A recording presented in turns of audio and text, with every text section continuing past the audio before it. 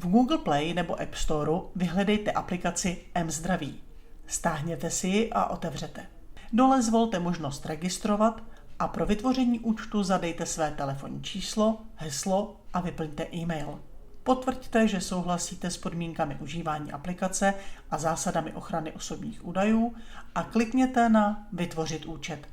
Pomocí telefonního čísla a hesla se přihlašte do aplikace mZdraví. Ještě je potřeba nastavit 6místné PIN a potvrdit ho. Zvolte, zda chcete aplikaci zamykat a zda povolujete používání Face ID. A jste v aplikaci, která vás přivítá stručným průvodcem, co vše nabízí.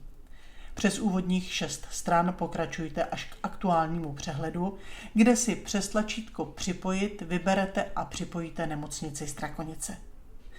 Aplikace po vás bude chtít ověření, které je možné několika způsoby. Přes bankovní identitu nebo přes kód zaslaný nemocnicí.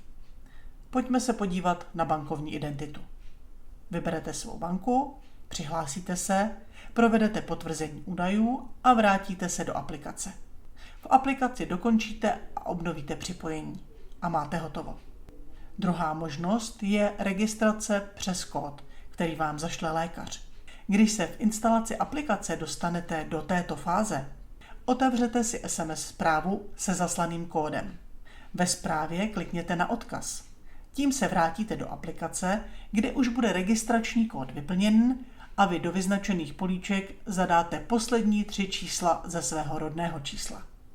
Klikněte na Ověřit, dokončíte a obnovíte připojení.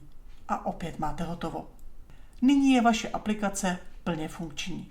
Můžete se přes ní objednávat na vyšetření, řešit ukončení neschopenky, obnovovat recepty nebo třeba sledovat výsledky svých laboratorních vyšetření.